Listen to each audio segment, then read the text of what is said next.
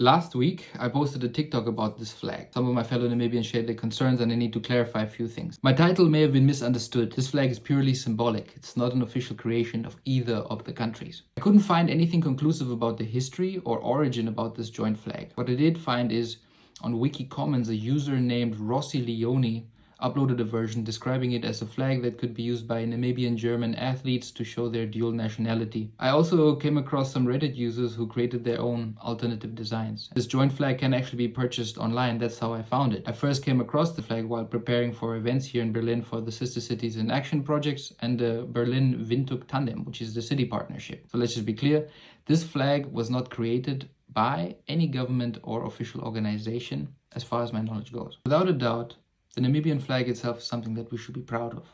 It absolutely doesn't need nor should be changed. Its story is actually quite fascinating and it deserves a video of its own. Now to the bigger picture, the concerns raised by my fellow Namibians. The atrocities committed by the German colonial government in Namibia against the Herero and Nama people in the early 20th century are still far from being rectified. Germany officially acknowledged the genocide in 2021.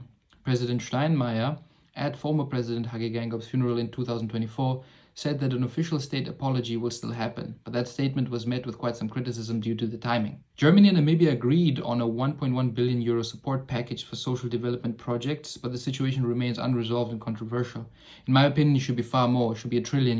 The trauma inflicted, although over 100 years ago, is still felt until today and will echo for generations. Namibia continues to suffer from post-colonial exploitation. For example, a tiny minority of the German Namibian community, about 0.3% of the population, still owns around 70% of the commercial farming land. This deep inequality keeps poverty and income disparity in place. That said, I am both German and Namibian and mixed, and I see it as part of my life's work to raise awareness of the colonial past and the genocide, while also fostering positive future connections through art and activism. I had posted this video to promote a film screening and a panel talk about migration for my Namibians in the diaspora. We're out here fighting for belonging and being welcomed into the communities abroad. In my next reel, I'll share a bit more about myself, so hit the follow button and stay updated.